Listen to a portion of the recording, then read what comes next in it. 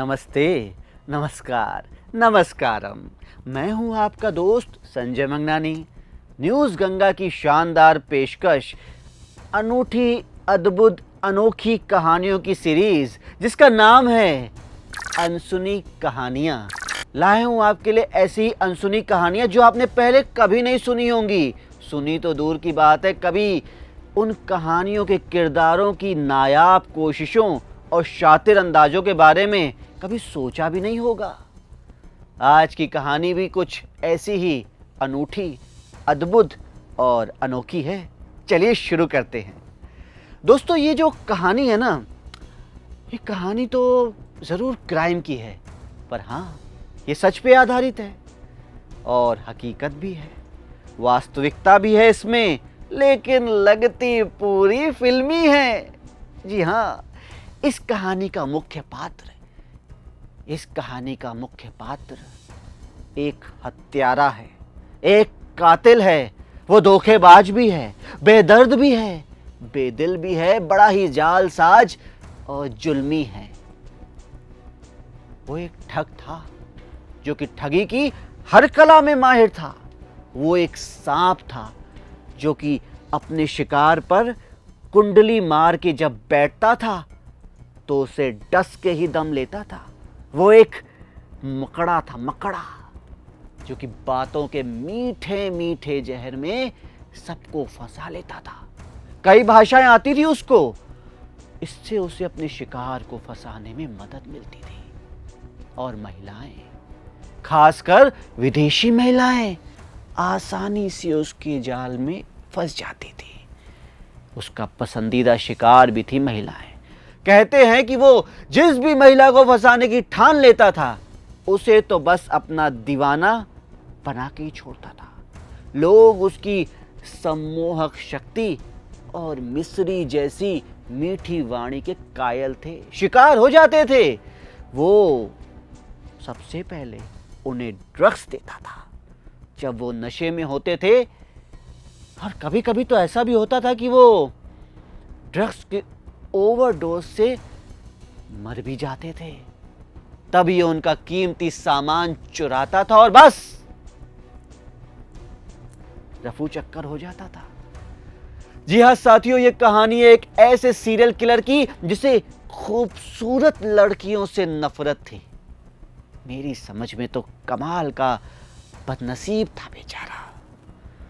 मुझे यकीन है कि वो मोहब्बत के मामले में जरूर कंगाल रहा होगा, जो कि उसने एक या दो नहीं, 12 से लेकर के 24 खूबसूरत लड़कियों को मार दिया। बेचारी बेकसूर वो लड़कियां अपने खूबसूरत से बदन की नुमाइश बिकनी में कर रही थी, जिनका कत्लेआम कर दिया उस बेरहम ने। तारीख थी 18 अक्टूबर 1975 की। बैंकॉक के पटाया बीच पर बिकनी पहने एक खूबसूरत लड़की टेरेसा नोल्टन की लाश मिली। वो एक बुद्धिस्ट स्टूडेंट थी और उस लावारिस लाश को मछुआरों ने ढूंढा था। मसलन पहली नजर में तो यह पाया गया कि वो ड्रग्स के ओवरडोज के कारण मौत का शिकार हो गई। लेकिन साथियों, जब पोस्टमार्टम रिपोर्ट आई तो सच्चाई से पर्दे उठने लगे। उसे ड्रग्स का ओवरडोज देने के बाद किसी ने उसका गला घोंटकर उसे मौत के घाट उतार दिया था। और हत्यारा था अभी भी पुलिस की गिरफ्त से दूर, बहुत बहुत बहुत दूर। फिर पुलिस तो लग जाती है हत्यारों को ढूंढने के काम पर 1 महीना हो गया, पुलिस अभी भी हत्यारे को ढूंढ नहीं पाई थी कि फिर से एक लड़की की लाश मिलती है, बिल्कुल पहले वाली लड़की की तरह ही, बिकनी पहने हुए, ड्रग्स के ओवरडोज के कारण, गला घोटने के कारण वो मर गई थी। लेकिन उन लड़कियों को ड्रग्स देने वाला वो ड्रग पेडलर था कौन? कोई नहीं जानता था। उन दोनों लड़कियों का हत्यारा था कहां? कोई नहीं जानता था।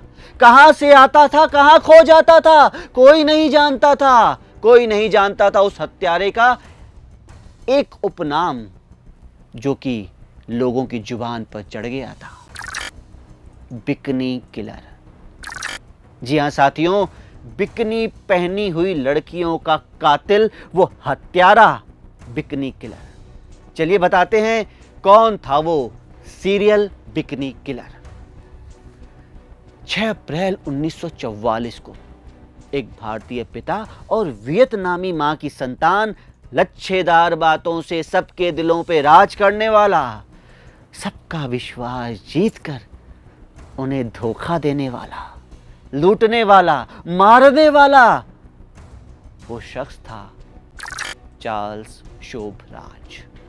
जी हां, बहुत ही शातिर दिमाग रखता था वो। साथियों, दरअसल हुआ यह था कि 1975 से 1976 के बीच चार्ल्स ने लगभग 24 लड़कियों की हत्या कर दी थी, जिनमें से अधिकतर फॉरेन टूरिस्ट महिलाएं थीं।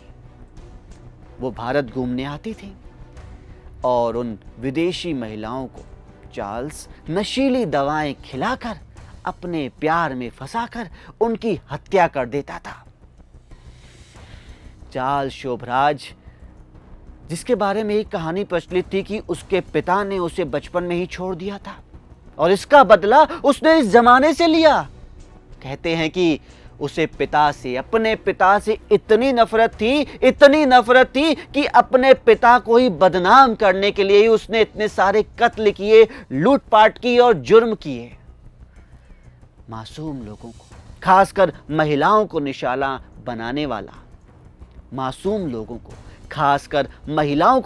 बनाने वाला, दुनिया का सबसे चर्चित सीरियल किलर बिकनी किलर, वो चार्ल्स शोभराज मीठे जहर वाली अपनी शख्सियत और रुतबे की चाशनी में शिकार को इस कदर डुबो देता था कि उनका दम तक घुट जाता था, या यूं कहिए कि वो खुशी खुशी अपना दम उसकी बातों में आकर घुटवा लेते थे। लेकिन अपराध की दुनिया में उसका एक बात के लिए नाम बदनाम था कि उसके लिए जेलों के दरवाजे अपने आप खुल जाते थे, बिल्कुल अपने आप। कमाल की बात थी। कारण यह था कि चार्ल्स 19 साल की उम्र में 1963 में फ्रांस की एक जेल में पकड़ा गया। वो पहली बार बंद हुआ था जेल में, लेकिन 19 साल में ही वो इतना शातिर दिमागी था कि पहली बार जेल में गया था, लेकिन उसके बाद वह जान गया था कि पुलिस को चकमा कैसे दिया जाता है, उनसे बचा कैसे जाता है।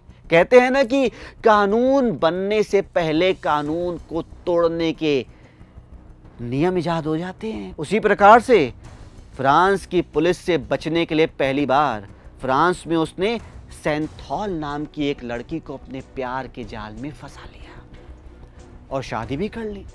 बाद में अपनी पत्नी के साथ वो भारत आ गया, नकली पासपोर्ट के साथ। लेकिन मुंबई में आने के बाद भी नहीं सुधरा वो। उसका प्रोफेशन तो वही पुराना था, जुर्म की दुनिया का, चोरी का और बेईमानी का, और लोगों को अपनी बातों में फंसाने का। लेकिन इस बार उसे एक साथी और मिल गया था, खूबसूरत साथी। वो थी उसकी अपनी पत्नी सेंथॉल। यहां पर कुछ चोरियां करने के बाद वो कुछ नए शिकार पकड़ने के लिए अफगानिस्तान के काबुल शहर में पहुंच गया, क्योंकि अब वह छोटी मोटी चोरियां नहीं करना चाहता था। वह जान गया था कि अब कुछ बड़ा हाथ मारना है, और वह हथियारों की स्मगलिंग करना चाहता था। और अफगानिस्तान से उसने हथियारों को भारत में बेचना भी शुरू कर दिया था। वहां पर पहली बार वहां पर चार्ल्स शोभराज एक गाड़ी चुराने के लिए एक ड्राइवर का कत्ल कर देता है। उसकी जिंदगी का पहला कत्ल था वो, लेकिन कत्ल करने की तारीख 1970 की थी और तरीका वही था। उसने उसे भी अपने ड्रग्स के ओवरडोज में फंसाकर अपना शिकार बनाया था और उसका गला घोट दिया था। उस गाड़ी के ड्राइवर से ही शुरू हुआ था serial killer, bikini killer Charles Sobhraj की हत्याओं का सिलसिला। साथियों, 1973 में दिल्ली के अशोका होटल में हथियारों के दम पर एक लूट हुई थी, जिसमें पुलिस का सारा शक उस समय काबुल से दिल्ली आए शोभराज पर आ गया था। पुलिस ने उसे गिरफ्तार कर लिया और शातिर शोभराज की शातिरपंती तो देखिए। वो जान गया था कि भारत बांग्लादेश की इस समय लड़ाई हो रही है। हर रोज ब्लैकआउट भी होता है और इसी ब्लैकआउट का फायदा उठाकर जेल से बड़ी आसानी से रफू चक्कर हो गया। लेकिन किस्मत खराब थी उसकी, वो पकड़ा गया। लेकिन इस बार उसने अपनी बेल करवा ली और इसके बाद उसने भारत रहना मुनासिब नहीं समझा, निकल गया अफगानिस्तान की ओर। लेकिन अफगानिस्तान में भी तो सरवाइव करना था, जहां पर उसके पास पैसे नहीं थे। तो उसने वहां पर भी टूरिस्ट को मारना, उन्हें लूटना और उनका पासपोर्ट चुराना जारी रखा। साथियों, आपको अमिताभ बच्चन की एक फिल्म का डायलॉग याद होगा कि 11 मुल्कों की पुलिस मुझे ढूंढ रही है। वैसा ही कुछ था चार्ल्स शोभराज की जिंदगी का सफर, जब 5 अलग अलग देशों की पुलिस ने उसे गिरफ्तार भी कर लिया, लेकिन अपने शातिर दिमाग के बल पर वह उन 5 देशों की पुलिस को चकमा देकर रफू चक्कर हो गया। साथियों, 1975 में टेरेसा नोल्टन की मौत के बाद सारी दुनिया मानने लगी थी कि वो एक वर्ल्ड वाइड अपराधी है। सारी दुनिया का अपराधी था वो, अंतर्राष्ट्रीय अपराधी बन गया था वो। अफगानिस्तान से साथियों चार्ल्स ने फिर बैंकॉक का रुख किया और वहां पर उसने पुरानी पत्नी को छोड़ दिया था तो नई गर्लफ्रेंड बना ली, जिसका नाम था मेरी। और मेरी जो कि पेशे से नर्स थी। अब उसके माइंड में क्या खुराफात चल रही थी, आगे सुनिए। 28 नवंबर 1975 को उसने विताली हाकिम नाम के एक मासूम से टूरिस्ट को मार डाला, ड्रग्स का ओवरडोज देकर। और उसके बाद उसे जलाकर भी मार दिया था उसने, ताकि सबूत कोई ना बचे। और फिर एक डच कपल की हत्या कर दी। यहाँ पर विताली की गर्लफ्रेंड जब विताली की मौत की तलाश शुरू करती है तो इसने उसे भी नहीं छोड़ा। उसे ड्रग्स का ओवरडोज तो दिया, लेकिन ऐसा गला घोटा उसका कि उसकी गर्दन की हड्डी टूट गई। सोचिए कितना बेरहम कातिल था वो। और सबसे पहले अपने पास आए हुए शिकार को वो ड्रग्स देता था। फिर जब उसकी तबीयत खराब होती थी तो उसकी गर्लफ्रेंड मेरी, जो कि पेशे से नर्स थी, उनकी मदद करती थी। तब लोग समझ जाते थे कि मेरी पेशे से नर्स है और ये हमारा ख्याल रख रही है, और लोगों का विश्वास उन पर जम जाता था, उनका विश्वसनीय बन जाते थे दोनों। और फिर बड़ी आसानी से धोखा देके, ड्रग्स का ओवरडोज देके, गला घोट के मार देते थे। लेकिन जाने से पहले लूटना नहीं भूलते थे उनको। साथियों, उस डच कपल को मारने के बाद 18 दिसंबर 1975 को नेपाल की ओर रवाना हुए मेरी और चार्ल्स ने नेपाल में भी टूरिस्टों को मारना, लूटना और उन्हें गला घोटना उनका जारी रखा। नेपाल में भी उन्होंने लॉरेंट और कोणी नाम के 2 टूरिस्टों को मार दिया। पुलिस ने उनकी पूछताछ की और छोड़ दिया। अब देखिए शातिर दिमाग उनका। उनको पता लग चुका था कि पुलिस हमें छोड़ने वाली नहीं है। जब तक पुलिस की पूछताछ पूरी होती है, ये अपराधी के तौर पे पकड़े जाते हैं। इन्होंने नेपाल ही छोड़ दिया और इस बार नेपाल छोड़कर पहुंच गए बैंकॉक, चोरी किए पासपोर्ट के सहारे। लेकिन टेरेसा नोल्टन की कत्ल के सबूत बैंकॉक की गवर्नमेंट को मिल चुके थे, जो कि काफी थे चार्ल्स शोभराज को मौत की सजा दिलाने के लिए। उसे पता चल चुका था कि थाईलैंड की पुलिस उसे ढूंढ रही है और ढूंढते ही उसे मौत की सजा सुना दी जाएगी। इसके लिए चार्ल्स इस बार थाईलैंड छोड़कर कोलकाता भाग आया। लेकिन इस बार भी एक इजरायली टूरिस्ट को मारकर उसका पासपोर्ट चुराने के बाद उसी के पासपोर्ट पर वो और मेरी अपने एक और कातिल दोस्त अजय के साथ सिंगापुर मलेशिया से होते हुए फिर से थाईलैंड पहुंच जाते हैं। साथियों, कहते हैं ना कि हर बुराई का अंत एक ना एक दिन जरूर होता है और उसका अंत करने वाला भी पैदा हो ही जाता है। इसी तरीके से इस बुरे इंसान का अंत करने के लिए एक इंसान उसके पीछे पड़ गया जिसका नाम था हरमन निप्पेनबर्ग। जी हाँ साथियों, इस कहानी का मुख्य पात्र एक ये भी है क्योंकि वो चार्ल्स के पीछे पड़ गया था। अगर हम चार्ल्स को विलेन मान सकते हैं तो इस कहानी का वो हीरो है। 1976 में डच एम्बेसी में डिप्लोमेट हरमन निप्पेनबर्ग, उसने चार्ल्स के खिलाफ बहुत सारे सबूत जुटाए। चार्ल्स शोभराज के खिलाफ थे वो सारे सबूत, लेकिन उसे पूरे 10 साल लग गए ये सबूत जुटाने में। इन 10 सालों में चार्ल्स ने मुंबई का भी रुख कर लिया साथियों, और यहाँ पर उसने अपनी गैंग को और बढ़ाया। 2 टूरिस्ट लड़कियां जो कि पहले चार्ल्स का शिकार बनी, जिनका नाम था बारबरा और मैरी एलन। दोनों लड़कियां शिकार बनी, उसके बाद चार्ल्स के ग्रुप में ही शामिल हो गई।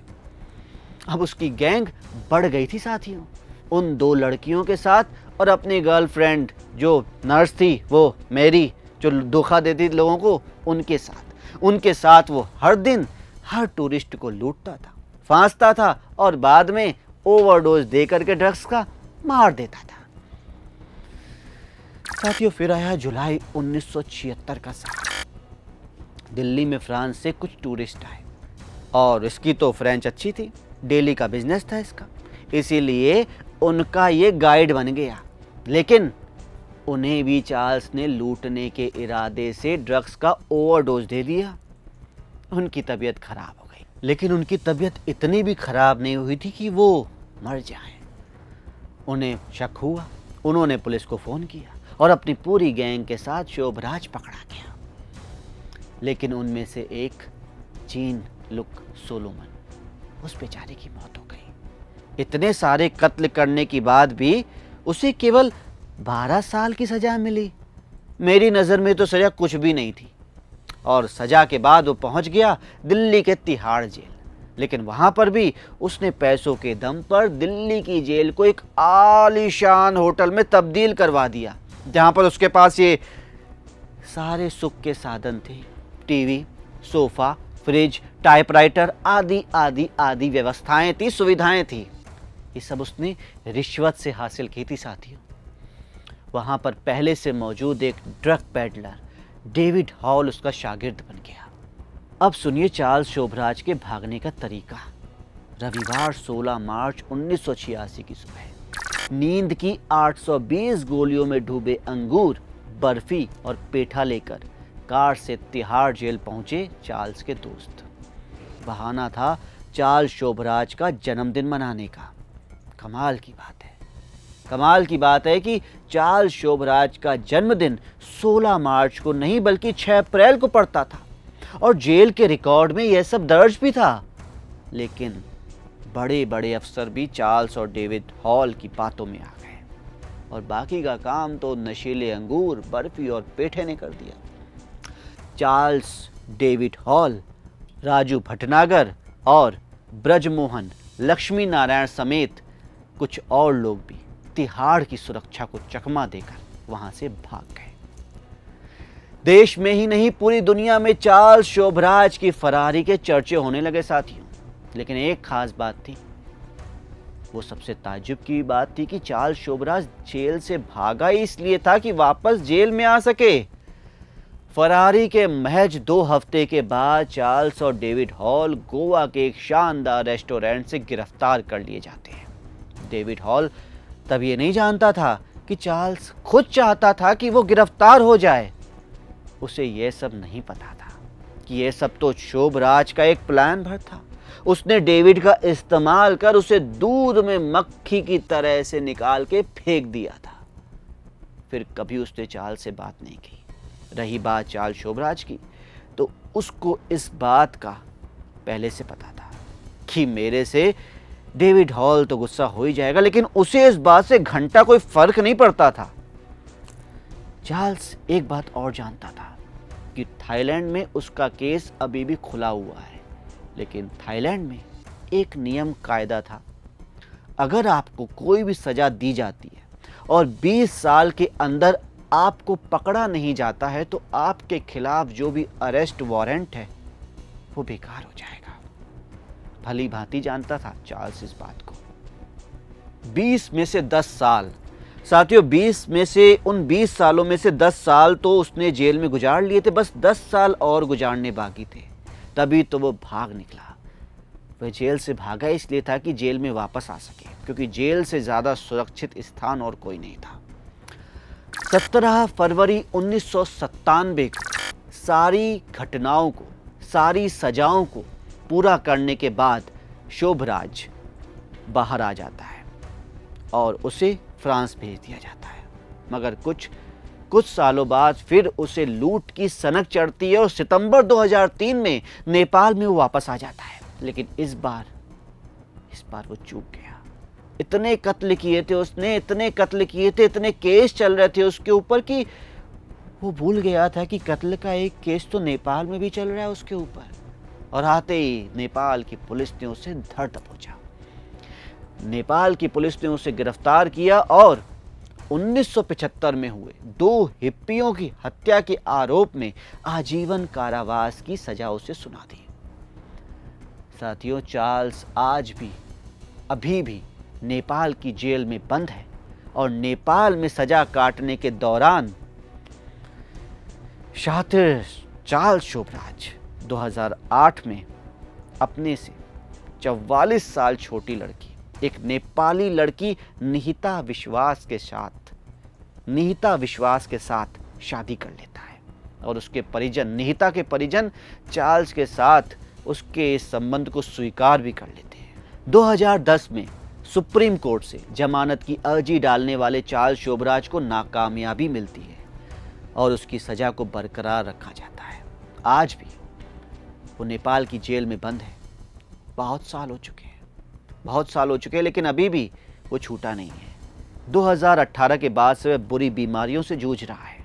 3 बार ओपन हार्ट सर्जरी भी हो चुकी है उसकी, लेकिन वो जेल में बंद है और सिर्फ पछतावे के आंसू रो रहा है।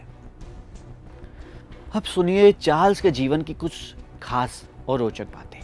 चार्ल्स शोभराज जेलों से फरार ऐसे होता था जैसे कि पुलिस ने उसे राह दी हो। 1971 में रोड्स पुलिस स्टेशन की ऊपरी मंजिल से कूदकर वो भाग निकला। उसी साल बंबई में उसने अपेंडिसाइटिस के दर्द का बहाना बनाया और जेल से भाग गया।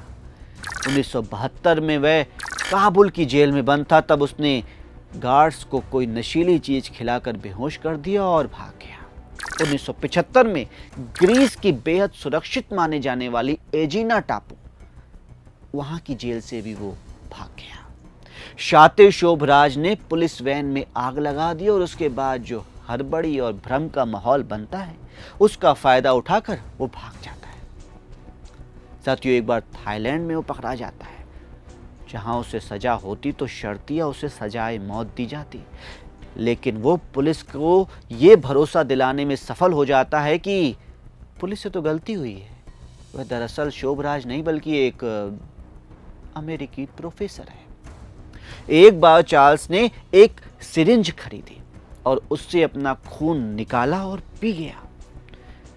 उसके बाद वो ऐसा दिख रहा था जैसे उसे अल्सर हुआ हो। उसे हॉस्पिटल ले जाया गया, जहां से वो ईरान भाग निकला।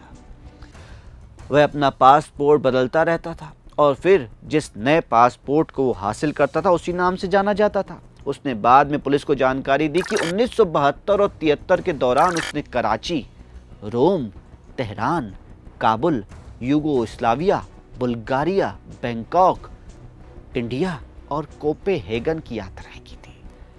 चार्ल्स के पास करीब 10 पासपोर्ट थे, जिसमें से कुछ चुराए हुए थे और कुछ खरीदे भी हुए थे।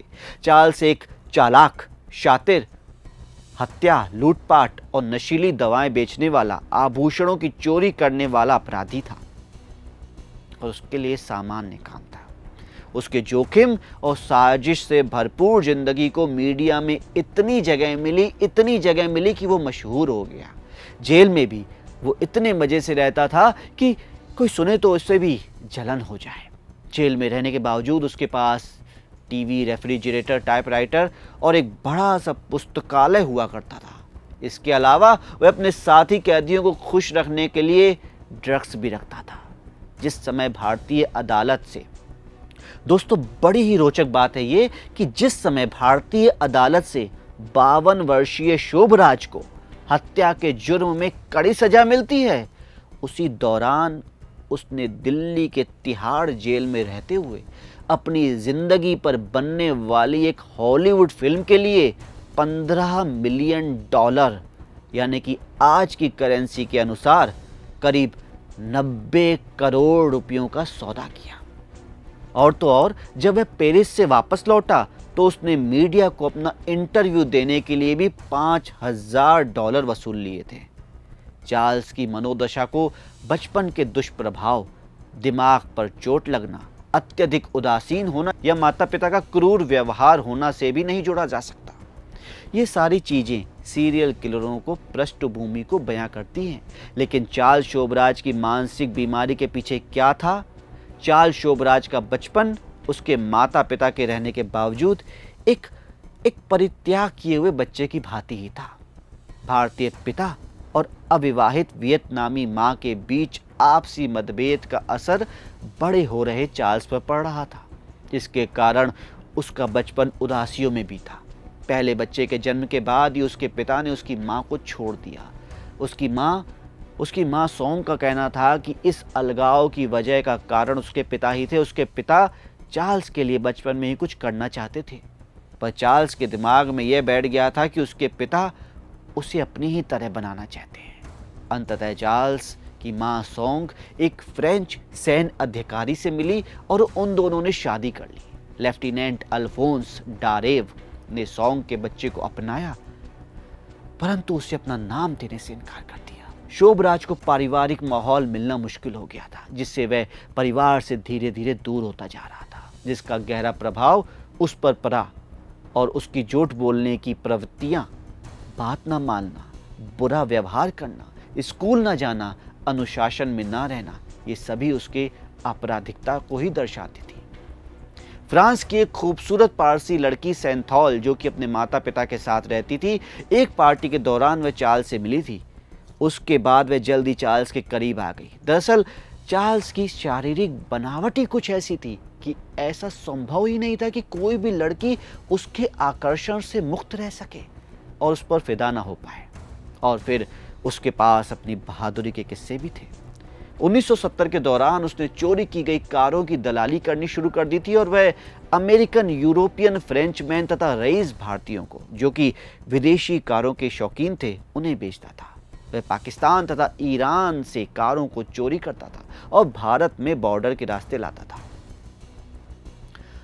साथियों, अंत में कंक्लूजन के साथ इतना ही कहना चाहूंगा कि एक कुख्यात अपराधी होने के बावजूद चार्ल्स को जो लोकप्रियता हासिल हुई वह अपने आप में बहुत बड़ी है।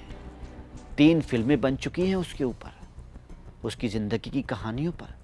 अपराधों और हत्याओं जैसी वारदातों को अंजाम देते हुए चार्ल्स ने जिन तकनीकी और रणनीति चीजों का प्रयोग किया वह अपने आप में हैरानी पैदा करने वाली है। चलिए दोस्तों, मुझे सुनने के लिए शुक्रिया। आज के सफर को यहीं समाप्त करते हैं। अगली बार फिर से हाजिरी लगाएंगे एक बेहतरीन स्टोरी के साथ। साथियों, आपको न्यूज गंगा की ये शानदार पेशकश कैसी लगी? प्लीज़ कमेंट बॉक्स में लिखिए। अच्छी लगी तो भी लिखिए, नहीं लगी तो भी लिखिए। कुछ सुझाव हैं तो भी लिखिए और कुछ मन में जो भी बात है वो भी लिखिए। तब तक के लिए धन्यवाद, शुक्रिया, अलविदा और नमस्कार।